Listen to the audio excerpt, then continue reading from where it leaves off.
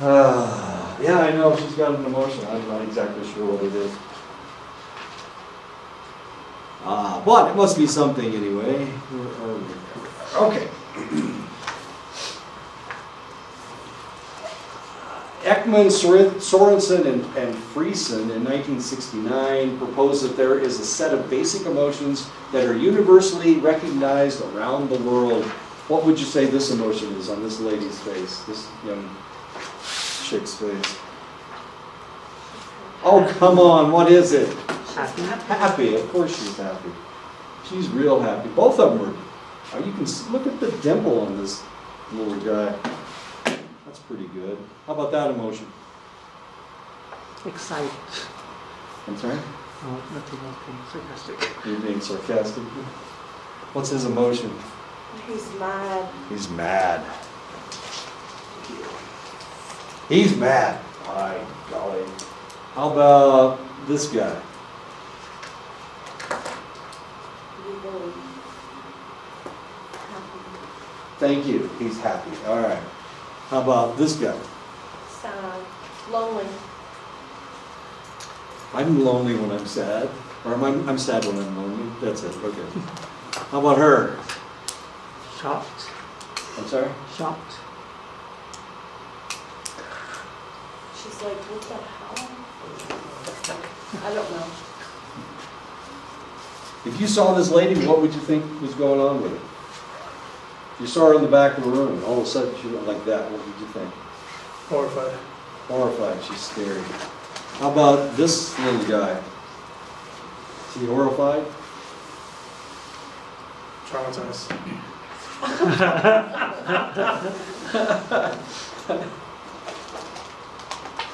Actually, this isn't horrifying. Surprised. He's surprised. Now, there are other emotions that some people say they're universal and other people say, nah, not really. How about this one? Disgust. Disgust, yeah. Or he, it's disgusted, whatever it is. How about that one? We see this all the time on this guy's face. I got 2 of those looks this morning. Huh? I said I got 2 of those looks this morning. Oh, you did? Not from me, of course. No. Okay.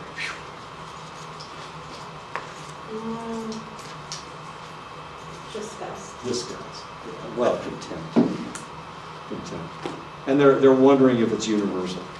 Is this universal? And here's another one. Is this one universal? You know what it is? Shame. Yeah, she's feeling shame. Is it universal? I don't know. How in the world did I get this picture? Well, I typed in Google, I typed shame, then I hit the images, and this is one of the pictures that came up. How about her? Embarrassed. Yeah. How do you know? How do you know she's embarrassed? Isn't it usually because the face gets red or the ears get red? Okay, yeah. Yeah, it's especially the ears. I know, it starts.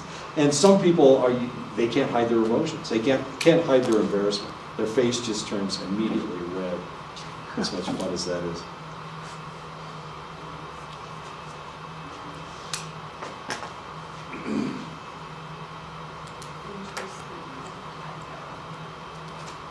But maybe not. We can look at the pupil. You can tell if somebody's interested in you as to whether the pupil is dilated or not. If they are, they're interested. Really? Yeah, I know. So you go to a party and you're wandering around and talking to all these people, and all of a sudden somebody gets just a little bit too close to you, and their eyes get dilated. You know what that means? Hubba hubba. Hubba.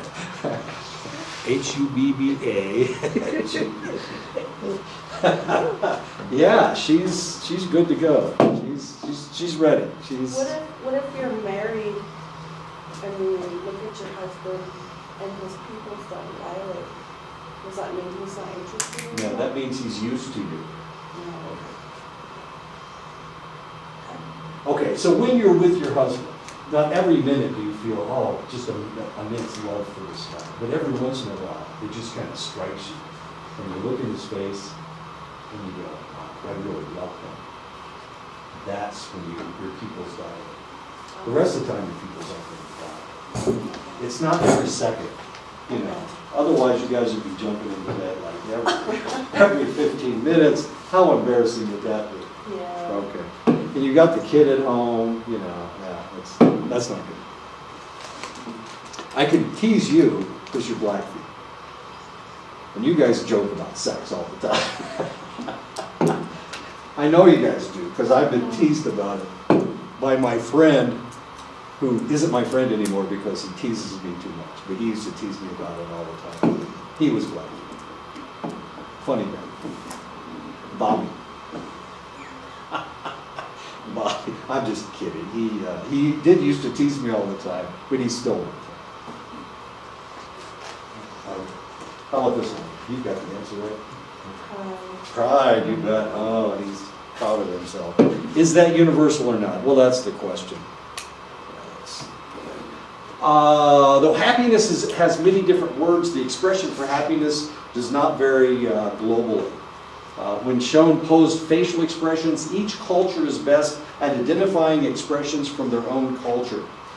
Okay, so if we went back up to the Blackfeet area, you would be able to identify their facial expressions better. And weren't you saying earlier that people get insulted because you wear your feelings on your face, so they recognize the fact that what you're thinking, they can read your thinking. Yeah, I get in trouble from, well, down here I get in trouble for my expressions because I think I really show them, Mhm.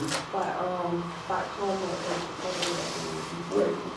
Who was I talking? Oh, I was talking to Marius earlier. He was talking about visiting his relatives in Oklahoma, and they're Kiowa. And he said, they're so straightforward. They always say what they're thinking, you know, and they joke all the time, and he just wasn't used to that kind of stuff. Yeah. Anyway, so different cultures have different ways of showing their emotions. You know, we've talked about religions, and different religions will have different strictures. So the Quakers are very closed. You can't tell what these people are thinking. Of course, they're probably thinking that you're not a Quaker, so there must be something wrong with you. But Lutherans are that way. Lutherans kind of hold their emotions in. Who else does it? The Baptists show their emotions. Most of the evangelical groups, the Pentecostal groups, they show emotions a lot. But there are different religions where you're not supposed to show emotion, and Lutherans are that way. Some of your other groups, Nazarene, they show their emotions as a group. And I'm stereotyping, of course, and if Sarah were here, she'd yell at me for stereotyping. But you know, what I'm trying to do is paint you a picture of what, in general, we see with this select population. Meta-analysis of cross-cultural studies on facial expressions. People were about 9% more accurate at identifying people from their own culture. So if you're from a specific place, if I go back to Indiana, as a matter of fact, I went back for my reunion, my 50th high school reunion, and of course, it was like, you know, everybody was like me. It was like I was talking to my family. All these 42 people that were at my reunion, because that's where I grew up. I've lived in a lot of different cultures, including native cultures in the United States, native cultures in Japan, Korea, and not especially, well, let's not say Vietnam. I wasn't living. But Germany, in Germany, the Germans are relatively closed as far as emotions are concerned. They don't show a lot of emotions. But then again, most Germans are Lutheran or Catholic. And those two religions, the Catholics show their emotions a lot more than the Lutherans do. But a lot of it has to do with where you are. In Nebraska, it's one thing. In Iowa, it's something totally different. Up in Montana, it's something different again. And those are all separate cultures. So we have to look at all these different cultures as to how much emotions they are allowed to show. Montana was kind of interesting. The natives really showed their emotions in the white people up there, but then again, a lot of them are Lutheran and Catholic. A lot of Lutherans up there, so they don't show emotions as much. Adams and colleagues in 2000 and 2010, you know, we can stereotype all these groups, but you're going to find exceptions wherever you go. So even though we're going to talk about the Japanese recognizing people by their eyes rather than their mouths, reading emotions from their eyes. You know, there are some Japanese that look at the mouth, and there are some Japanese that don't pay attention to your emotions at all. Adams and colleagues in 2010 had participants guess what emotions were being displayed by just showing them pictures of eyes. They were able to recognize emotions from the eyes, as strange as that may seem. The participants were better at identifying emotions of people from their own culture by looking at their eyes. I'm going to show you some pictures of people smiling in just a minute. The same people making a fake smile and people making a real smile. And you're going to see something really interesting about their eyes. They also noted that they showed more activity in their amygdala when they were shown eyes from people from their own culture who were demonstrating fear. Amygdala is where the fear takes place. So they were reading the fear in the other person's eyes, and they were feeling the same fear. This is one of the ways that animals communicate with each other. If they see an animal in a certain posture, then they recognize what that animal is doing, like a deer. If a deer is frightened, a deer will raise its tail. That's one of the reasons why they call the white-tailed deer the white-tailed deer, because as soon as they feel danger, they'll flip the tail up, and that warns everybody, all the other deer looking at them will see that tail's flipped up, and then they'll all take off. Deer are kind of that way. Birds will do the same thing. They're looking at the tilt of the feathers. So they're actually reading their emotions. We as humans do exactly the same thing. The same thing. We do the same thing. So if we saw somebody that was scared,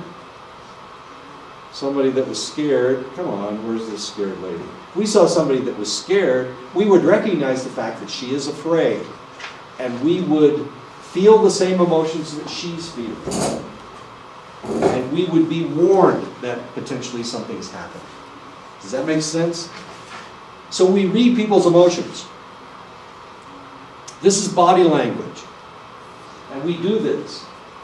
I look at you and I can tell whether you're bored or whether you're excited or whether you're pissed. And of course I don't want to piss you off, because if I piss you off, then potentially you'll talk to somebody who gets my ass fired. I said ass. So I watch emotions all the time. I was warned about some of the taboos in this culture. And sometimes I step over the line. Sometimes I step over the line on purpose, trying to get you to react. Okay. I was just in a class where I was talking about people dying. And of course that's a taboo subject. How much can you talk about that? Well, I was pushing the envelope in the last class. I was talking about a little girl with diarrhea in the last class. Well, how much can you talk about diarrhea in this culture without getting in trouble? So I was pushing the envelope. I told my famous little girl diarrhea story, where she almost died. But finally we figured out what her problem was. She had something that normally doesn't cause diarrhea, but because she had no normal flora in her gut. You've heard this story. Yeah. And I'm a hero. I only try to tell stories where I'm a hero. Okay, this is one of the most beautiful women in the world. No. This is Michelle Janicek. She's from Australia. Obviously, she's from Australia, and she's a runner. And she doesn't wear very many clothes when she runs. She's a hurdler. The differences in facial expressions of emotions across cultures are distinct enough that people can reliably guess the nationality of targets who are expressing emotions, even though the targets are of fairly similar cultural backgrounds. They did a study, and they took Americans and Australians, and they asked them whether this person was an Australian or whether this person was an American. And they were actually able to tell the difference between a white American and a white Australian, as confusing as that is. So if you look at this lady's face, can you tell that she's Australian? Or does she just look like a white chick? She looks Australian. She looks Australian. Okay, does everybody agree she looks Australian? She doesn't just look like the white lady, she looks like she has something else in her, like Oh, different kind of genes. well, her name's Janicek, so I imagine her ancestry is Polish, potentially, maybe Slovakian, maybe Czech. Janicek, I think it's a Czech name. Anyway, she's in pretty good physical condition, of course. She's a hurdler, high hurdler. She's the one that did the dance. She did the dance to keep loosened up before the race. And it went viral, and she became extremely famous when she was 19 years old. Anyway.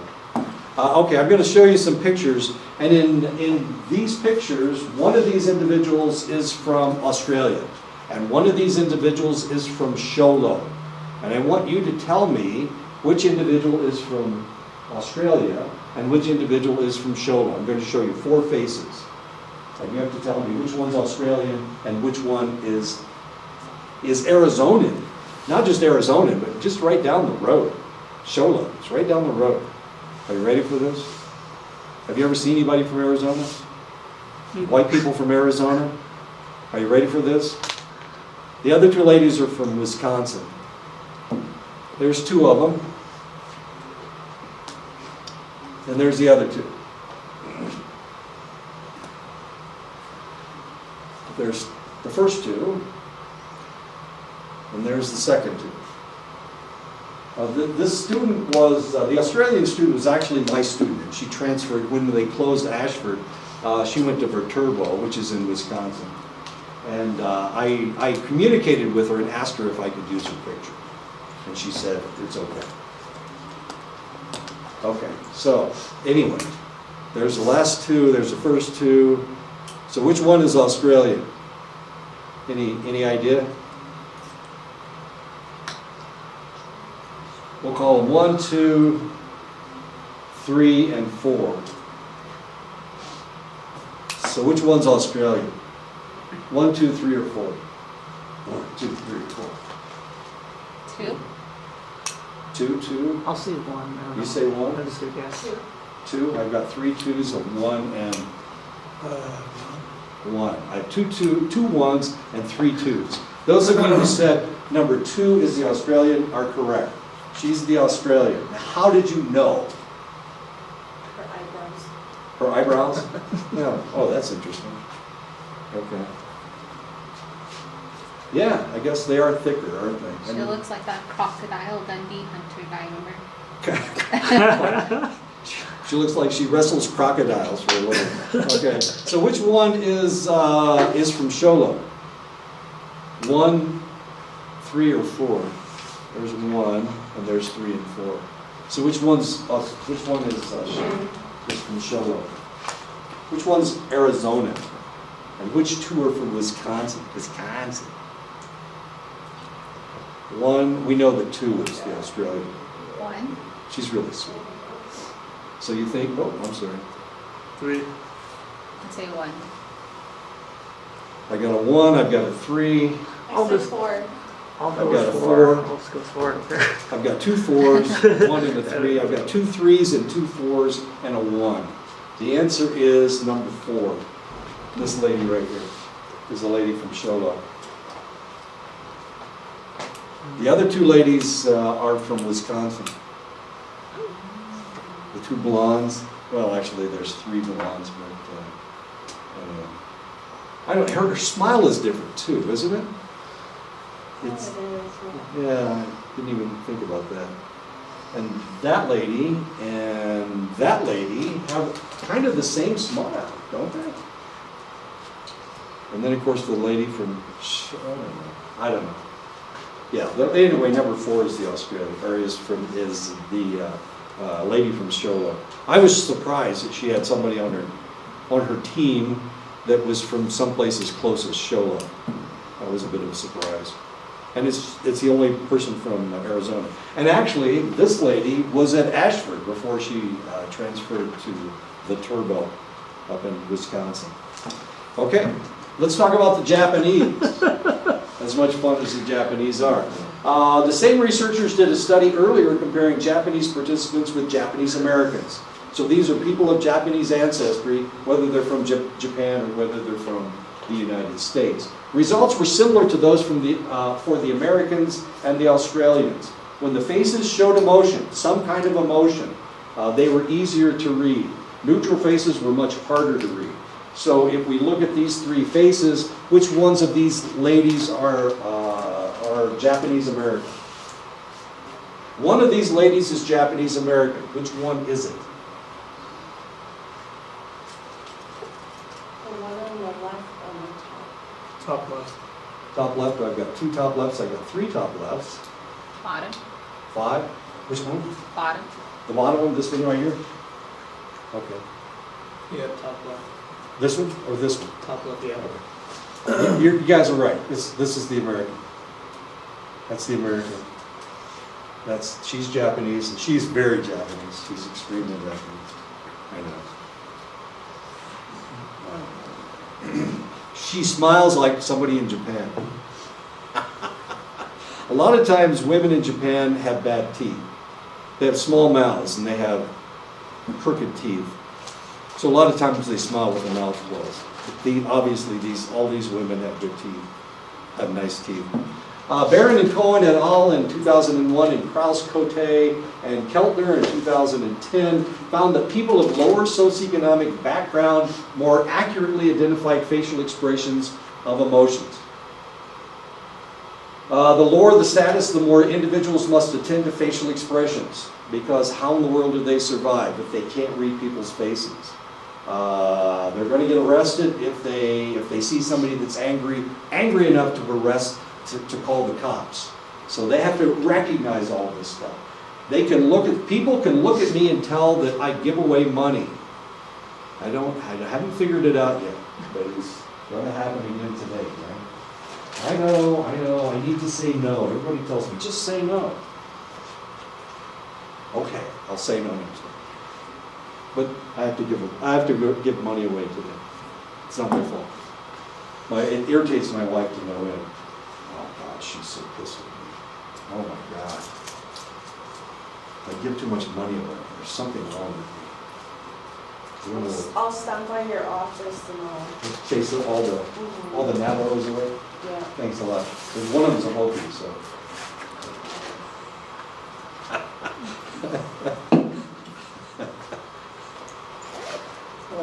I've got a Blackfeet bodyguard. Yeah. I had a Blackfeet bodyguard up there. Well, that's good. Different cultures will attend to different parts of the face to read expressions. This is where we get to talk about the Japanese reading people's eyes. The Japanese find emotions socially disrupted and thus are more likely to try to display a neutral face than Americans are. And of course, if we look at these smiles, not the biggest smile in the world, she's showing a lot of emotion. Here's an American, she's not really smiling, I guess. Anyway, they try to hide their emotions, but it's hard to control muscles around their eyes. So they're trying to control their facial expressions, but it's really hard to control your eyes. And for that reason, the Japanese determine emotion by reading people's eyes. They look at people's eyes. Research by Yuki Maddox and Masuda in 2007 attempted to determine where the Japanese and American focus was when trying to read facial expressions, where they were focusing. The Japanese read facial expressions from the eyes, of course, and Americans read facial expressions from the mouths. So we do look at people's eyes, but we're also trying to we don't read their emotions from their eyes, we read their emotions from their mouths. As confusing as all that is. Okay. The European Americans are more likely to try to read the whole face than the Japanese, and are more likely to include mouths prominently in their cartoon art. So we can tell where a cartoon was drawn by looking at the face. Unexpressive eyes. This is Family Guy. No, is it Family Guy? Yeah, Family Guy. Okay. Unexpressive eyes. But we can see their emotions look at the size of their mouths. These are Japanese cartoons. They barely have mouths at all. Now, it's kind of interesting, if you look at Japanese cartoons, the bad guys always have big mouths, don't they? So who are the bad guys? If Japanese people have tiny little mouths and huge eyes, who are the bad guys? Tiny eyes and big mouth. The guy with the big mouth. So who has big mouths? As far as the Japanese are concerned. You know who the hell it is. Tell me who it is. But, It's us. oh, Damn it, it's a European Americans. That's who they're trying to depict. Right? So all the bad guys are Americans. This gets really freaky. yeah. Okay. You want me to show you? I'll show you a music video. You guys like music? I'll show you a Japanese pop. This is Japanese pop from, well, about 10 years ago. But let me show you this, and this is on a children's show. If I can find it. Wait a second. Mini Money. Okay. Oh, You know Mini Money? I showed you Mini Money before. Haven't I showed you Mini Money? I think I found it in my own. You may have seen it before. Okay. Let me see if I can find it. I may not have internet. I do. Mini Money.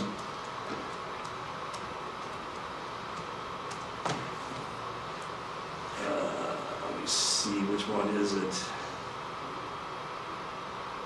This was the #1 pop song, Junkenpyeon. I don't know, I can pronounce it. Anyway, this is it right here. Never mind, not what I thought it was. Never mind. It's not what you thought it was? No, Let me see if I can make these it are more. really good.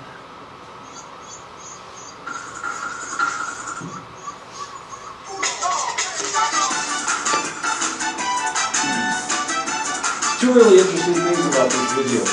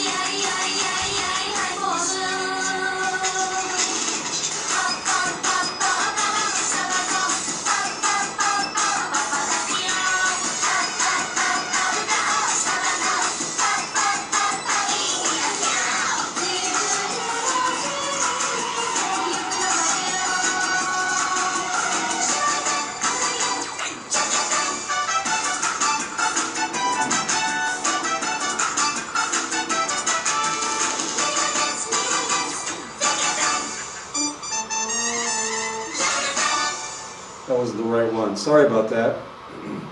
Okay, two things. There was an American in there. Can you guess which one she was? One of those girls is from Hawaii. She's Japanese. She's of Japanese descent. She's pure Japanese, but she's Japanese American. She's from Hawaii. Can you guess which one she was? Was it the one with the rag on her head? Was it the one that was sporting all the U.S. stuff? I'm sorry? They were wearing all the U.S. stuff, like the U.S. shirt and the bandana. Yeah, that's the one. Yeah. So you recognized her as American. She was also taller than the other girls. Yeah, I know. In order to be a member of that group, you have to be like 4'8" or something. It's really kind of bizarre. But one of the girls is the American, and you guys picked out which one she was. Did you notice that she was wearing different clothes than everybody else? Almost through the whole thing. She was also wearing masculine clothes, and the other girls were wearing dresses. That's not insulting. She's also, everybody else had pigtails, and she had that bandana on her head. That's kind of odd. There was a bad guy in this, and if we watch the other video, the original video, they actually, what Jack and Pion is Rochambeau. It's rock, paper, scissors. It's a game that the Japanese are obsessed with this strange game. Rochambeau. Yeah. My student, he was talking about Rochambeau on the way to Reno. And then we start doing the rock, paper, scissors, Yeah. you know, and I was like, oh, okay. You Yeah. know, and then he brought it up and I was like, so he must be like a YouTube watcher too. Yeah, well, the Japanese, I was only there for a year, and New Year's. So how do the Japanese celebrate New Year's? I had no clue. So I turned on the television, and they were having a game of, in a stadium with like 40,000 people, they were having a game of strip Rochambeau. It was the oddest thing I've ever seen. So they would play, and of course it would be on the screen, rock, paper, and there was one individual. So if the guy was rock, of course they'd have to have paper, and if they didn't have paper, they had to take off an article of clothing. Okay, so it's strip Rochambeau, in essence, is what it is. So eventually they got down to like 5 people. Everybody else had quit. You know, you don't have to take off all your clothes. As soon as you get stripped down enough that you're too embarrassed to sit there anymore, then you stop playing the game. Of course, you could strip down to nothing if you wanted to, but these are Japanese people, and they don't like showing pubic hair, as odd as that may seem, even though they bathe together in common baths. All right. So anyway, they had this strip Rochambeau game, and the guy that won, or the individual that won, it was a lady that won, she won 1 million yen, which is, I don't know, $100,000 or something. As odd as that sounds, but they televised the whole thing. I mean, it went on for like an hour and a half. It was nuts. I'd never seen anything like it in my life. The Japanese do all kinds of interesting things. And of course, this is back in 94, 95. So, maybe things have changed in Japan. I do not know. But it's just something I saw. Okay, so that's what Jack and Pion means. It means it's another name for Rochambeau, or rock, paper, scissors. Let me see if I can find this other YouTube. If I can get out of here. Wait a second. Yeah, okay. Did you see the Black Rabbit? The Black Rabbit is the evil person. Okay. Yeah, in the original video, where's it got here? In the original video, they play Rochambeau against the rabbit. Now this is it. Wait a minute, let me take you to the end. They also make a big deal out of the milk. Remember, she started to drink milk and she made a really bad face. Then the American girl drank the milk and she said, "Number one." This is the original one. This is the one that was on the children's show.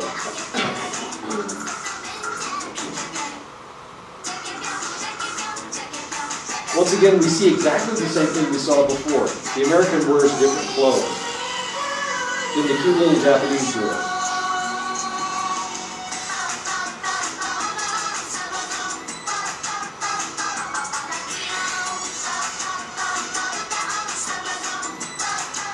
We've got pink rabbits in the front, and they're good. Good rabbits are pink.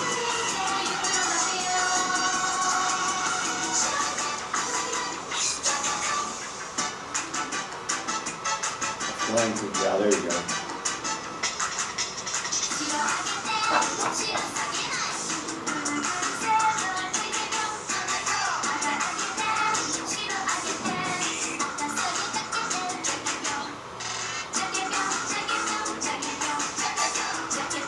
It's actually a song about eating healthy.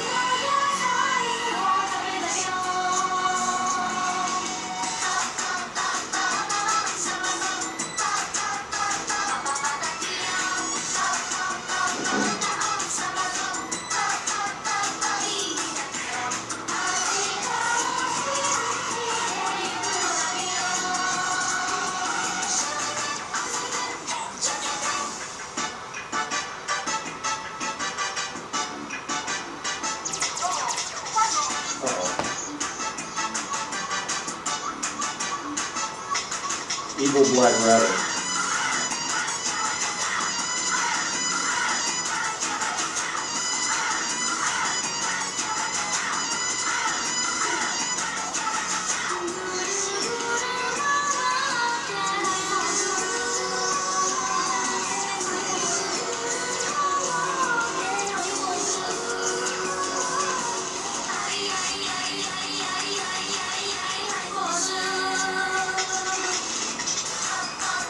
That's enough. It doesn't get strange after that. Okay, so you saw the evil Black Rabbit. What race was the Black Rabbit? Caucasian. I know. What a coincidence. The bad guy was a black rabbit. Was a Caucasian. I mean the black, and actually black. They only have one race in Japan. That's a Japanese race. So everybody else is Gaijin. They don't like Americans. They don't like the Europeans. They don't like Africans. They don't like anybody but other Japanese people. It's really kind of interesting. Anyway, Gaijin.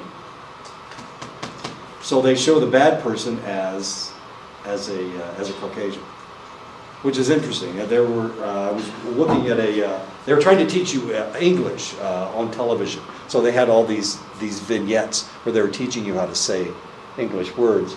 And every time there was a bad guy, it always turned out to be an American. It was always a Caucasian, as confusing as that is. Or not confusing at all. Anyway. What? You're thinking of all your cartoons, and are all the bad guys? No, not all of them, but some. Not every damn single one. So this is a part of a kids show in Japan? Yeah, this is a part of the kids show. And one of the girls, of course, this group has aged too much. They've grown too much, and now they've replaced this group with another group. And this group, the new group doesn't have an American on it, but this group did. This group had an American, and she always dressed differently. She always acted differently, and you saw what happened when she drank the milk. It was number one as far as she was concerned. When the Japanese drank the milk, they got sick. Why? Because Japanese are lactose intolerant. And despite the fact that the American girl is of Japanese ancestry, because she lives in the United States, she drank milk, and she is not lactose intolerant, as confusing as that is. They're just trying to show how different people are. As confusing, I don't know. You can read this any way you want, but you notice who the Black Rabbit was. Black Rabbit was a white lady, and she won the Rochambeau contest. By golly. Anyway, fascinating stuff. Right here. Okay, so the Japanese are different than we are. The bad guys usually have mouths, which makes them what? It makes them Caucasian. It makes them Americans. The Japanese, cute little Japanese girls, of course, they don't have mouths. And that's anime, isn't it? Big eyes, but big eyes, huge eyes, gigantic eyes. Okay. Fairly easy to see that these guys are, this cartoon was drawn in the United States. They've got mouths. There you go. The Simpsons have huge mouths and big eyes, but the big eyes don't show any emotion, do they? Not really. I mean, it's always, the eyes always look the same. And here we have My Little Kitty, of course, has no mouth whatsoever. And here's some more Japanese people. She's got her mouth open, but you can see how tiny it is. It's just a little slit. For some reason, she's got her mouth open. Here's another, oh, I'm sorry, this is American Dad. And as you can see, it's a cartoon of mouths. Look how huge his mouth is. And how big his mouth. When they open their mouths, it's like, here we've got a fish with a gigantic mouth. And here are the Japanese. And they've got their mouths open, and you can see it's just a little bitty hole. As confusing as that is. I don't know what this is. They do this a lot, and it means he's a bad guy? He's the tough guy? I've never seen it, so I wouldn't know. You've never seen it? I've heard it was dumb, so I didn't know. You've never seen it before? Okay. I've heard of it. But And you look at this stuff. Okay. All right. I'll tell you what I'm going to do. Next time I'll show you them trying to teach us English. And you can, the bad guy always has one of those things wrapped around his face. I know. It goes, it's under his nose. That has to be the most uncomfortable thing in the world. Anyway, the Japanese. While researchers argue that all cultures have similar capacity to read facial expressions, cultures tend to maintain varying display rules for facial expressions. Display rules are culturally specific rules that govern which facial expressions are appropriate in a given situation and how intensely they should be exhibited. Like Andrea's got a problem with her facial expressions, obviously, because you show your emotions too much. If we went over to Oklahoma with the Kiowa and the Comanche, it's exactly the same thing. Their facial expression, they show their emotions in their faces. And there's a lot of humor in their facial expressions. Display rules are really kind of interesting. Sometimes they're kind of negative. Some cultures encourage people to display their emotions in clear, if not exaggerated form. In certain Arab populations, it is dishonorable if a man does not respond to an insult with a great demonstration of anger. And this is one of the problems that we had when we first started dealing with the Arabs and the Saudis in the Middle East. One of the things is they would rattle their sabers a lot. They would scream. They would tell us what horrible people they were. If you remember, before the one of the wars in Iraq, before we went in, Saddam Hussein was saying it was going to be the mother of all wars, that he was going to devastate the United States. He was, he's screaming these things. And of course, if we didn't understand what was going on, then potentially we might have reacted really negatively to it. But the reality was that he was just being a good Arab, because they exaggerate their anger. And if they don't exaggerate their anger, they kick them out. It's one of the reasons why swords were really important. Swords are not a very good weapon to use in modern warfare. It doesn't make any sense. Anybody with anything that fires, anything that you can shoot from a long distance, that man is dead. But of course, they're waving these swords all over the place. Not only that, he was riding on a white horse. This has to do with the Quran. The Quran talks about heroes carrying brandishing a sword and riding in on a white horse. So all of this became very symbolic. Okay, so now we're on the brink of war with the North Koreans. Or are we? The North Koreans have to do exactly the same thing. They are from a culture that exaggerates their anger. And if they don't exaggerate their anger, then they lose face. Well, do you think like the internet is exaggerating the whole thing too? No. No. No, he's saying what he's saying, Trump is saying what Trump is saying. Now the difference is that as a Korean, he has to exaggerate his anger. But Trump is responding in kind. As Americans, we don't do that. We don't, if we are angry, and we say that we're angry, and if we say we're going to attack you, it means that we're going to attack you. See, this is what happened with the Japanese. The Japanese were not telling us they were going to attack. That's why it was a sneak attack. But anybody who understood the Japanese knew that they were going to attack. But because we're Americans and we get all of this information from Europe rather than from Asia, we didn't understand what the hell was going on. And unfortunately, we did exactly the same thing in Iraq. He's screaming about it. And of course, we were worried about weapons of mass destruction. Remember, we were worried about weapons of mass destruction. Theoretically, he had an artillery piece that could fire 30 miles. Really? Okay. It was a long gun. The longer the barrel, the farther the thing can shoot. You know, and we were, oh my God, he's got an artillery piece that can fire all this long distance. But the reality was, he was just rattling his saber because he had to. It's the only way he could maintain his position. But we misinterpreted what was going on. We thought he was really serious. But of course, the same thing is happening right now with North Korea. Is he really serious? They're saying that they're about ready to attack. Are they really ready to attack?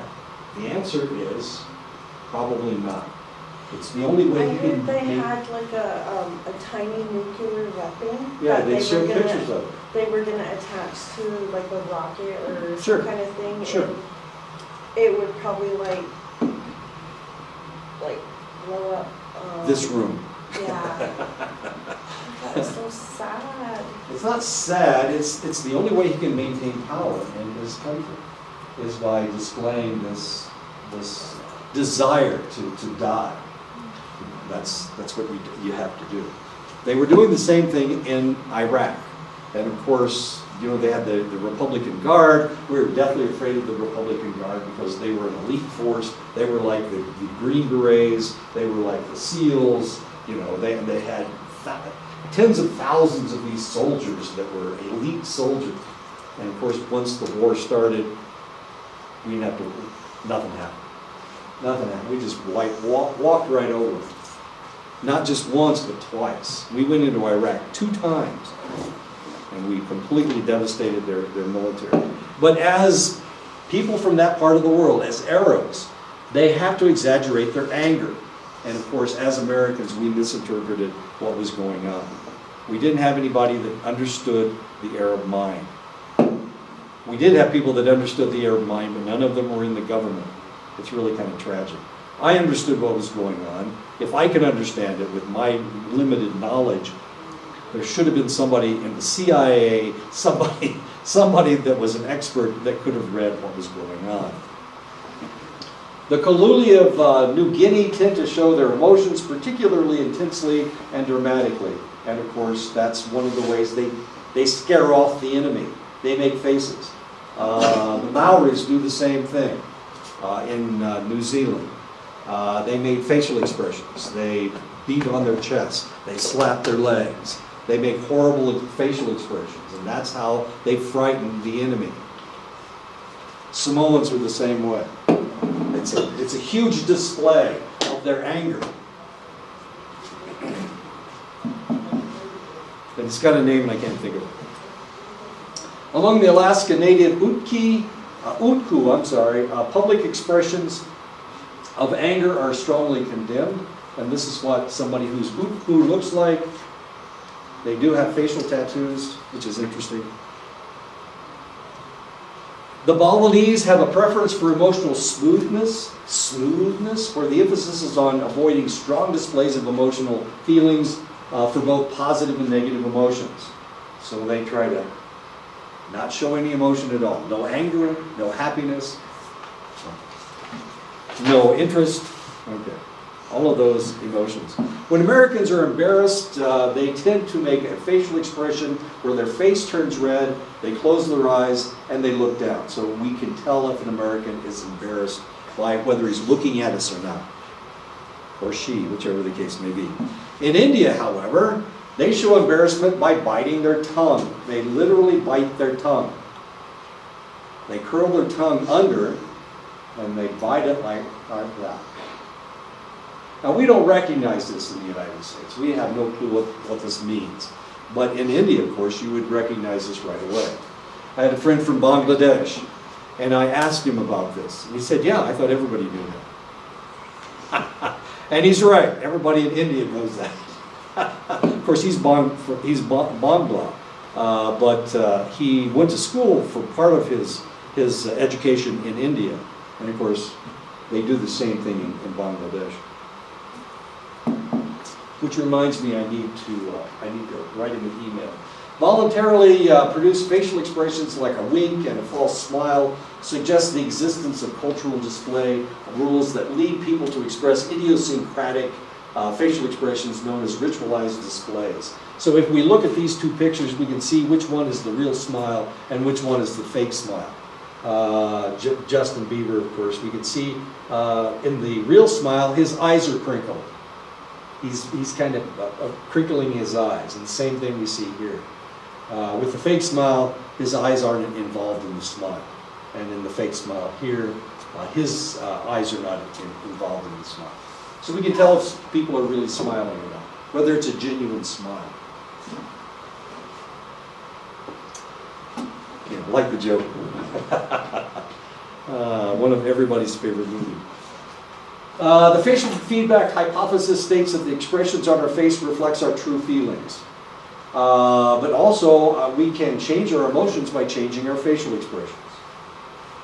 This is what they did. This is a famous experiment from Germany. Strack, Martin, and Strepper in 1988 sought to prove the hypothesis by forcing the face to form a frown or a smile by holding a pencil in their mouths while watching a comedy. I actually did this experiment at Ashford in Iowa, where I had them hold a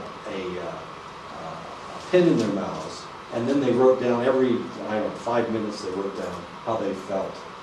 So first they did it with their mouth open, holding it between their teeth, and the second time they did it with holding it in their lips, which is a frown.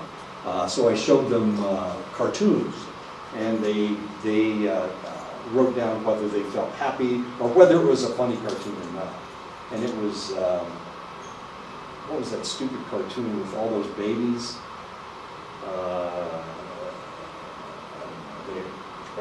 Rugrats. It was Rugrats, yeah. I showed them Rugrats. Thank you so much. See, we understand each other.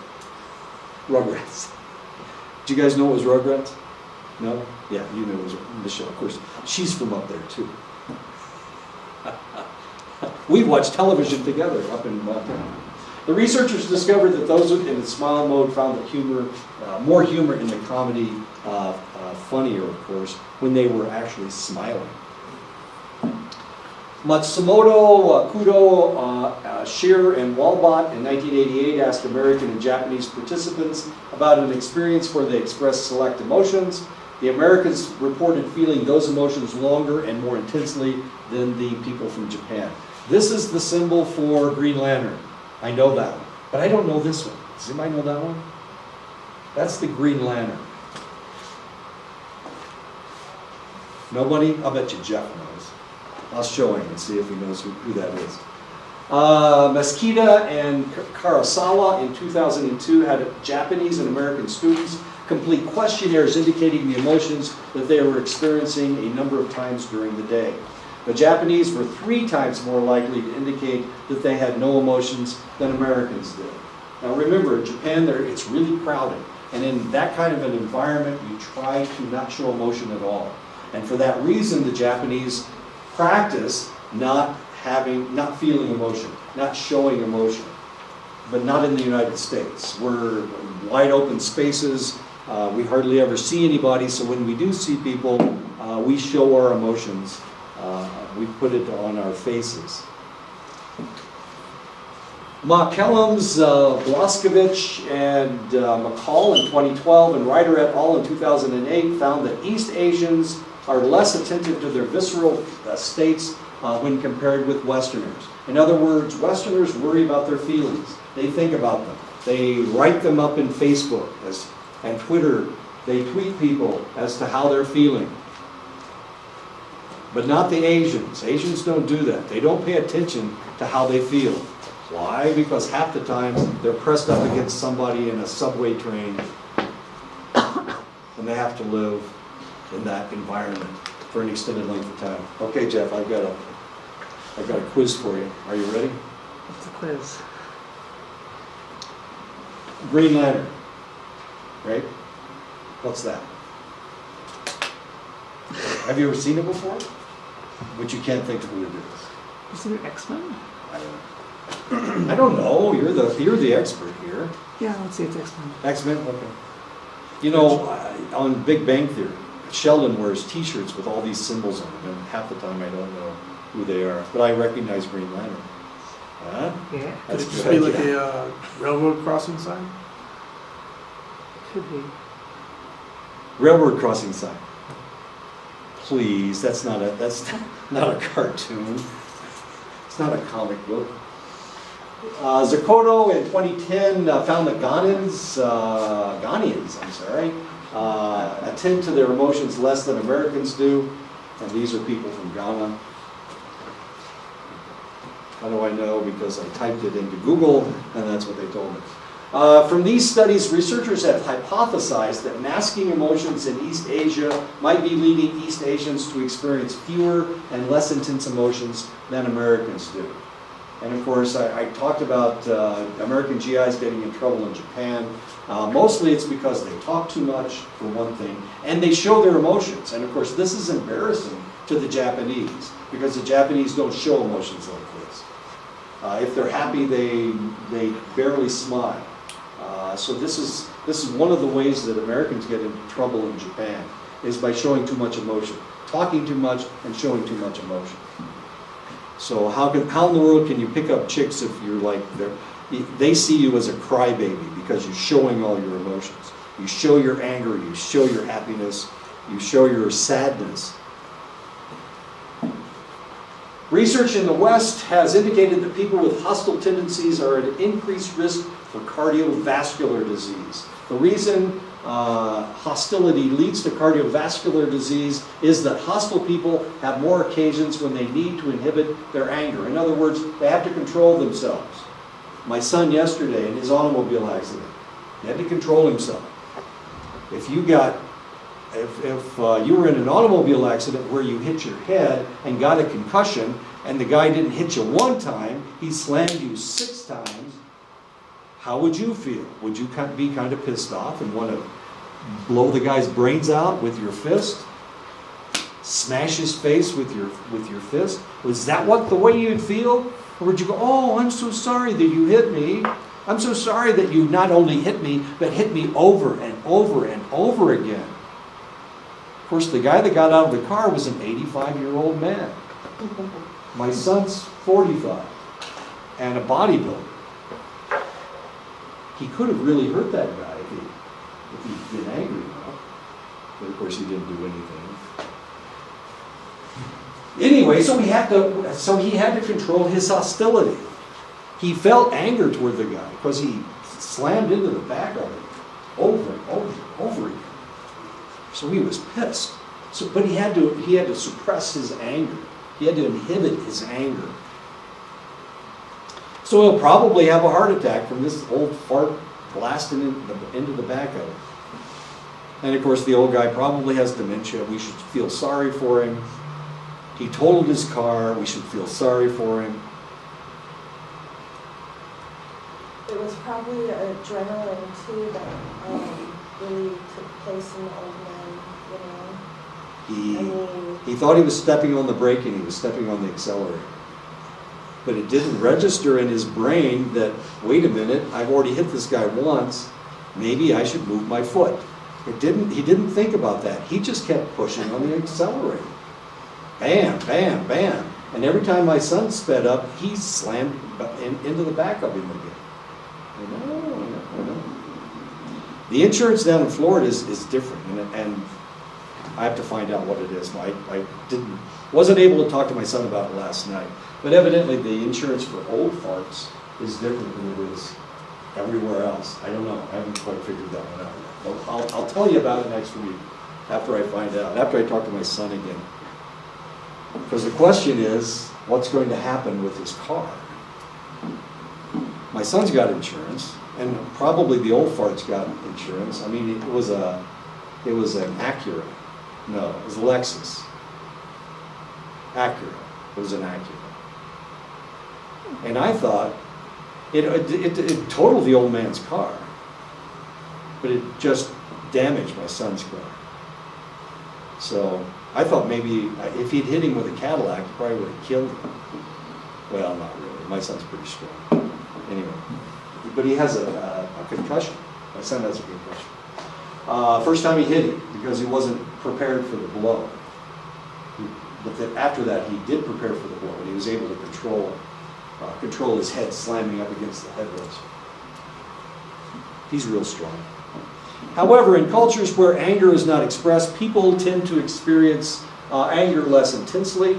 So in the United States, of course, we are encouraged to, if we have anger, that we dissipate that anger in one way or another, either by showing the emotion, picking up an egg and throwing it, or trying to break it endwise, whatever, however you show anger, we do it in the United States, and Asians don't. They can't. Because if they do, in a crowded environment like that, they would be in constant combat. They would be climbing up to the top of a building with thousands of rounds of ammunition and trying to blow everybody away. I have a question for you guys. Okay, so growing up, I've always known like Navajos to be kind of like from the Bering Strait or part of that descendant. It was kind of said that they came from the Bering Strait. But anyway, like being an outsider and comparing the Navajos culture with the Japanese culture, to me it's almost like the same taboos, the same expressions, you know, the same, like a lot of similarity. And you guys think that's true or?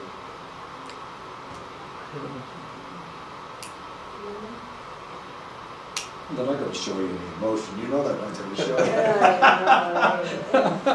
don't have any knowledge on that right now, though. How about you, Michelle? Do you think that? What? Like the culture with the Japanese and then the culture with the Navajos is kind of like the same, like with the facial expressions and everything. Like we're being reserved? Yeah, like really reserved. Yeah, but different beliefs, but I guess the same So- behavior, you're saying? Huh? Like the same behavior? Yeah, well, no, not the same behavior, but like really reserved. Like, I guess like for Navajos, you know, anger is kind of like frowned upon.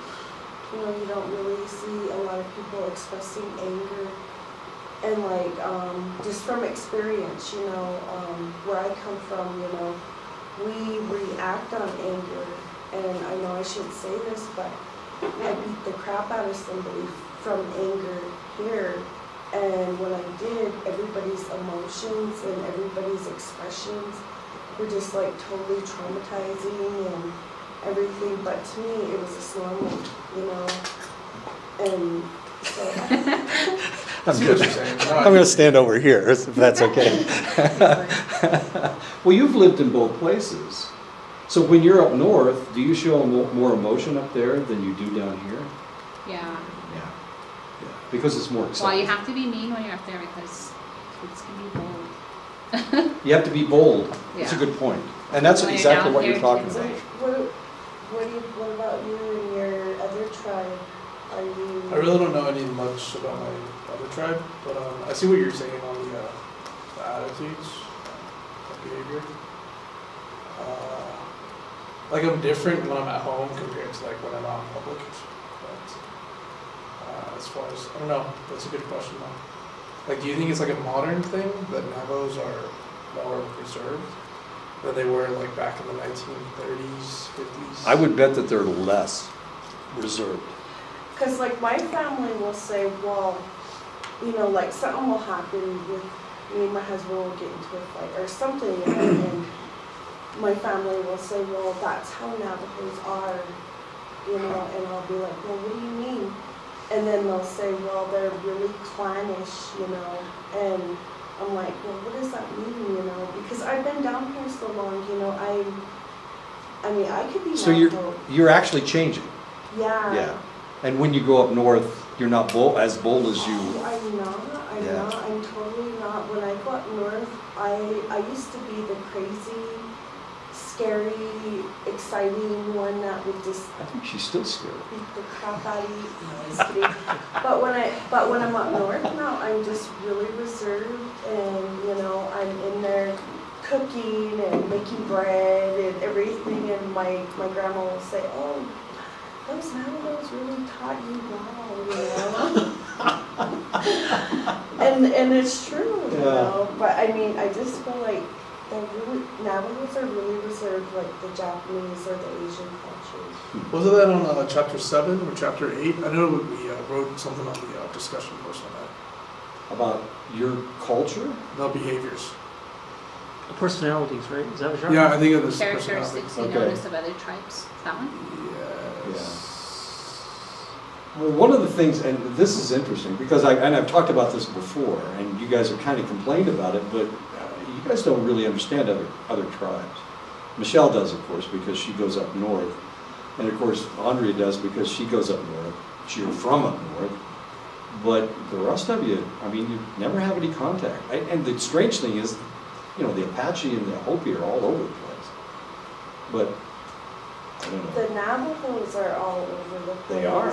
Everywhere, you know, and like, You got them on your reservation up north.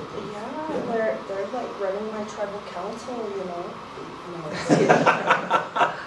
And there's Navajos on the Fort Belknap Reservation, a lot of them. Well, there used to be more, I guess.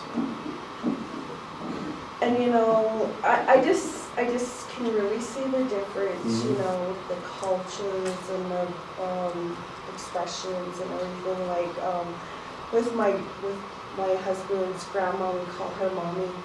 When I first met her, you know, being from up north, it was all, oh, hi, you know. Right. And she was like, Yeah, what's wrong yeah, you know. Bod's it. And where I come from, we look you directly in the eye. Right. We're really bold, you know. We look you straight in the eye, and when we first meet you, and that shows our character, that we're honest and you know Right. everything. So my husband told me, he said, it's disrespectful to look at an elder straight in the eye down here. And I was like, really? So as time goes by, you know, up north, I also learned, you know, with your elders, you hug them and you Right. give them a kiss. So every time I see her now, I always kiss her. I always give her a hug and a kiss and say, you know, yeah, okay, mommy, you know, or whatever. And she really enjoys that. You know, Because it's that probably the only kiss she gets. Yeah, For I think anybody. so. Because I don't see anybody down here give their elders a kiss. Yeah, that was a tough one for me, because I was used to hugging everybody. I mean, up north, you Yeah. hug everybody. Everybody hugs, Jeff all the loves to time, hug. not kissing. But, yeah, that was tough for me, because I wanted to hug everybody. But it's not the way it's done, so. I never hug my family when I'm down here, like, but when I'm up there, like, I'm always getting hugs from, like, my auntie. Oh, sure. But then, like, I don't think I ever hugged my mom. I mean, like, on graduation, it was probably, like, my high school graduation. It's the only time I can probably remember. Wow. So I see that, yeah. Yeah. And up there, everybody hugs almost all the time. Yeah, when you come in, you get a hug. When you get out What the door, about you the get a kiss? hug. Do I you think guys it's do the just... kiss? Do you guys do My the- auntie Donna always does. Because like She's when I just go real home, you affectionate, know, and then yeah, my dad will give me a kiss. He'll give me a kiss straight on the lips, and I'll be like, okay. That's too much. Well, no, and then my stepmom will give me a kiss on the lips. All my sisters will kiss me on the lips. All my aunties and my uncles, you know, and they always hug me and they always kiss me on the lips. And I don't know if that's like a Canadian kind of thing? I don't think so. Or- Well, maybe it is. Maybe it is. But Just it, on the lips. It trips me out because, you know, I've been down here so long, you know, and my family does that to me, and, you know, but I have to respect them, you know, Right. but. Sure. I think it's just us like comfortable. I don't know, like maybe people just feel comfortable, and some people do. Yeah. Well, a lot of them are Canadians, you know, and they said that in that class we were learning about their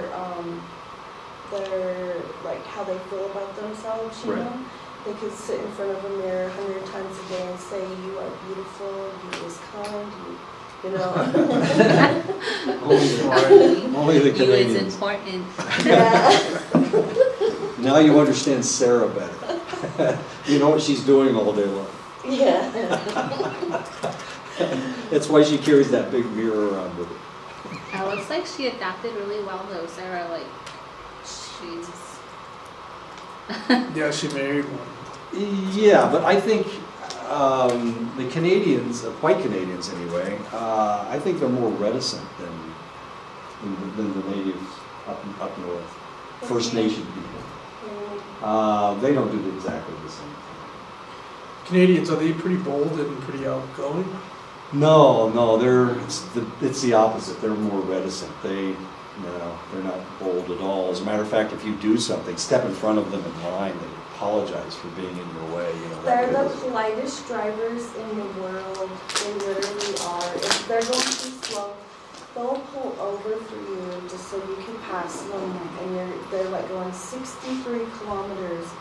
And you know, you really got to get all that together. But they're not bold or anything. But I feel like they're really not simple, but they're kind of pure people, you know. Their Okay. culture is pure. Just They're- being Canadian is pure. They're Brits. They're Brits. They're not. They ain't Americans, okay? They're more English than they are American. Well, one of my best friends is from Canada, and she barely got her full American citizenship last year. Oh, good. And she As did Sarah. she lived here since junior high. Oh, wow. So, in Scottsdale, and she's just very brash, Oh, really? hard going, and I don't know, maybe it's because that's the Jew in her, or Oh, that's a fact. Where's she from? Montreal, I believe. Oh, she's French Canadian.